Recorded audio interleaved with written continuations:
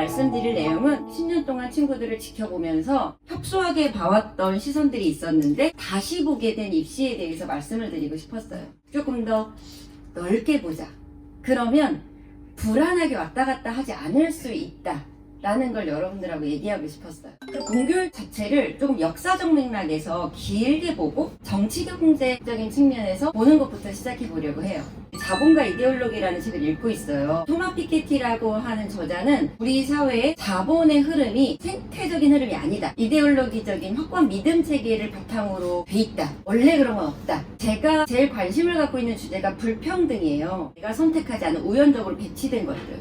그것들에 의해서 자기가 하고자 하는 것들이 좌절되지 않으면 좋겠어서 불평등에 관해서 관심을 갖고 따로 공부를 하고 있었고, 또 하나 제가 돕고 있는 친구들이 입시를 치르는 친구들이니까 그런 것들을 하고 싶어 하고, 이게 따로 있다가 두 개가 만나는 문장인 거예요. 그래서 여기 이 문장이 교육제도가 1차적 불평등 형성에 결정적 역할을 한다고 단언한 문장을 보고 이 문장을 딱 읽은 순간 좀 타격감이 있었어요. 1980년 요 무렵에 전 세계적으로 정치경제학적인 흐름을 주도하는 미국과 영국이 신자유주의적인 정책을 하겠다고 선언을 해요. 레이건 대통령하고 마가렛 대처가 공적 자산으로 운영하던 거를 민간 사업에 돌리겠다고 한 거죠. 또 하나 우리가 알아야 되는 게요, 국가라고 하는 형태의 정치 형태가 실험된 것은 80년 정도라고 보시면 돼요.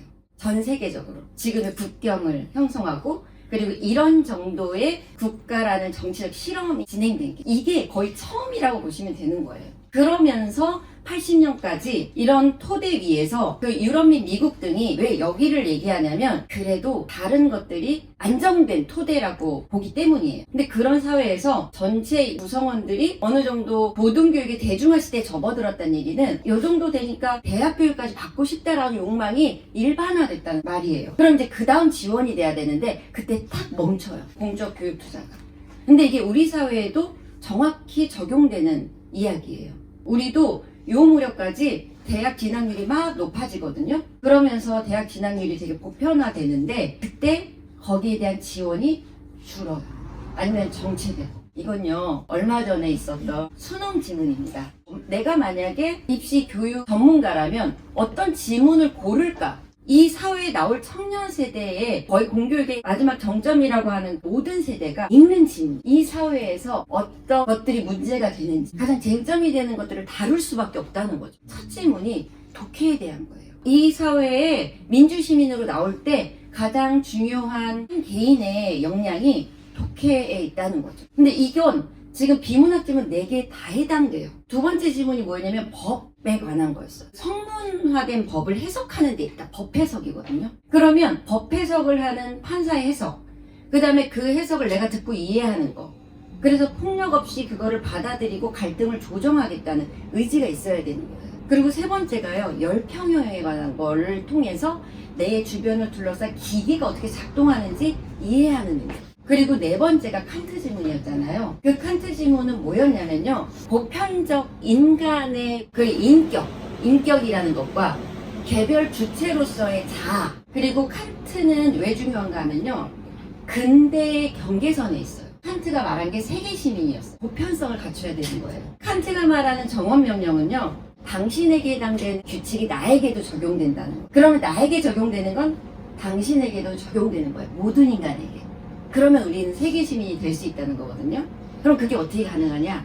내가 나에게 이성적 훈련을 하는 것으로서 가능해요. 그럼 그게 교육이거든요. 그래서 졸업을 한 이후에도 나 자신을 계속 교육하는 사람이어야 하는 거예요. 그게 수능 지문에 다 배치가 돼 있더라고요. 4단락으로 돼 있는 지문이었거든요. 첫 번째는 글을 읽고 그 의미를 이해하는 독해에는 이렇게 시작해요. 이게 주제. 독해에는 2가지가 있다는 거예요. 한 단락을 쭉 읽고 나서 이 친구들이 딱 정보 처리를 해야 되는 건 뭐냐면 이건 독해에 대한 것이구나. 그리고 여기에 대한 관점 중에 하나가 단순 관점이라는 거예요. 그리고 이 단순 관점에서 보는 게 독해 능력 중에 2개로 분석해서 본다는 거예요. 해독과 언어 이해. 근데 해독이 뭐냐면 개별 단어를 인식하는 능력이에요. 학교에서 보는 거예요. 또 단어를 빠르고 정확하게 소리내어 읽는 겁니다. 언어 이해는요, 말로 듣거나 글로 읽은 내용의 의미를 파악하는 거예요. 전체를. 이 2가지가 돼야 된다는 거죠. 그게 이제 첫 단락에서 주제를 얘기한 거고요. 이제 두 번째 단락은 이러한 단순관점에 따르면 해독 발달에는 이런 글자와 글자 소리에 대한 학습이 필수적이고, 그리고 또 한편 단어 인식을 못해서 글을 읽을 수 없어도 말로 들려줬을 때 중심 내용을 파악할 수 있는 거예요. 이게 언어 이해인 거예요. 그래서 이 두 가지가 돼야 된다는 건데요. 단순 관점으로 독자 유형을 4개로 나눠요. 그러면 하나는 해독과 언어이해가 모두 충분한 독자, 해독과 언어이해가 다 안 되는 독자, 언어이해가 되는 독자, 해독이 되는 독자. 그럼 해독을 잘하려면요, 두 가지 어느 하나라도 부족하면 안 된다는 게 이 관점이에요. 근데 여기에서 수능 훈련을 할 때 뭘 하냐면요, 지문에 있는 게 아닌 거를 오답으로 내요. 왜냐면 사람은 중간중간에 자기 판단을 집어넣거든요. 그래서 오해를 하는 거거든요. 이거를 막는 훈련을 하는 거예요. 근데 이 훈련이 왜 중요한가 하면요, 상대방과 이야기를 나눌 때 오해는 대체로 문장과 문장 사이에 내 판단이 들어갔을 때 생겨요. 그래서 사회에 나와가지고 다른 사람과 이야기하면서 정확하게 말한 내용만 바탕으로 우리가 얘기를 할 수 있는 훈련을 최소한 하는 거예요. 그래서 사실 수능은요, 지문과 글자 안에 있는 거 이외에 생각한 건 다 틀려요. 나쁘거나 좋은 게 아니라 그 능력이 일단 나와 모르는 사람을 만났을 때 필요한 거라는 거예요. 그래서 이제 마지막에 이제 이런 것들이 한계는 있지만 결과적으로 이런 독해 능력 연구의 토대를 제공했다는 점에서 의미가 있다. 이걸 공교육 전문가들이 하는 거예요. 다 평균화해서 모두에게 제공할 수 있는 게 무엇인가를 보는 거거든요. 이게 왜 중요한가 하면요, 청소년 과정에서 마이클 샌델이 정의란 무엇인가를 읽어요. 그게 이제 하버드 대학교에서 10년 이상 굉장히 이렇게 인기 많았던 강의라고 하잖아요. 그럴 수 있었던 게 간단하게 제시해서 그래요. 이렇게 인류가 진행해왔던 그 철학 사조에서 그러면 공통적인 걸 뽑아보자. 그걸 3개로 뽑았어요. 복지, 자유, 미덕. 복지는 여기서 우리가 생각하는 사회복지가 아니에요. 경제적 번영이에요. 부를 창출하는 거예요. 많은 사람이 동의하는 거예요. 숫자로 나타낼 수 있는 거거든요. 그래서 법치주의, 선거, 입시 점수 이런 것들이에요. 근데 이걸로만 해결하면 개인의 자유를 억압해요. 그리고 개인의 의견, 소수자들의 의견이 인격이 계속 제한받거든요. 그래서 그 다음에 자유가 나와요. 그래서 이런 것들로 설명하는데 쭉 진행하다 보면 자유지상주의와 자유가 구별되거든요. 자유지상주의는 내 맘대로 내 거를 내가 다 할 수 있다예요. 그런데 그걸 넘어서는 자유주의가 있어요.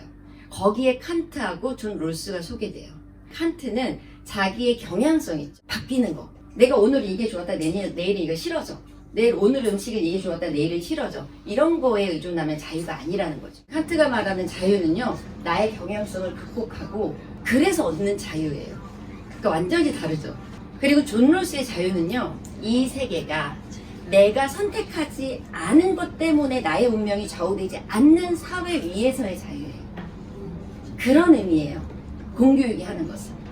그러니까 부모 자산이 있잖아. 환경이 있잖아요. 자기 주변으로 놓여진 지적 자산.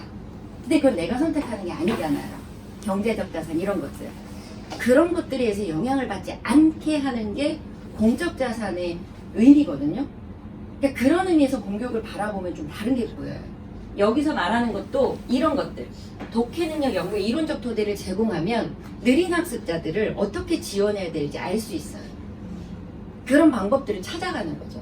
그게 첫 지문이었어요, 이 수능제는. 그런 의미로 수능 시험을 사회학적 어떤 의미로 이해해보는 걸 한번 해보려고 해요. 이걸 얘기하려면 우리나라 공교육이 지금 어떤 체제인지 알아야 되거든요. 의무교육이 제시된 게 부창헌법이에요. 가장 큰 민주주의적 성과는 대통령 직선제고요. 의무교육입니다. 중등과정까지 의무교육이라고 명시돼 있어요.